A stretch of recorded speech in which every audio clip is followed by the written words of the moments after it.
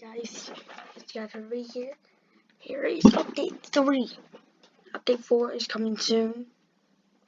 Was just on at 2 p.m. So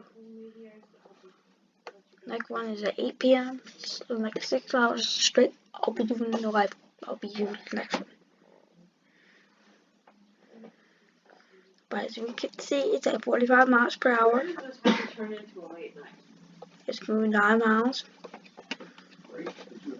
And there's fear for the storm warnings issued for the.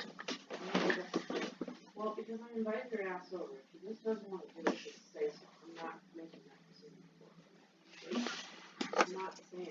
Giving it a tropical storm warning. Whether or not I'm tired and exhausted or wide awake, I'm not going to back out of it. What we can see here is it's going to go on a roll. Currently, it's going to be moving once at Wednesday. And we don't know about Thursday. This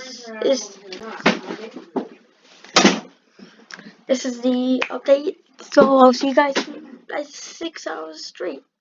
Bye.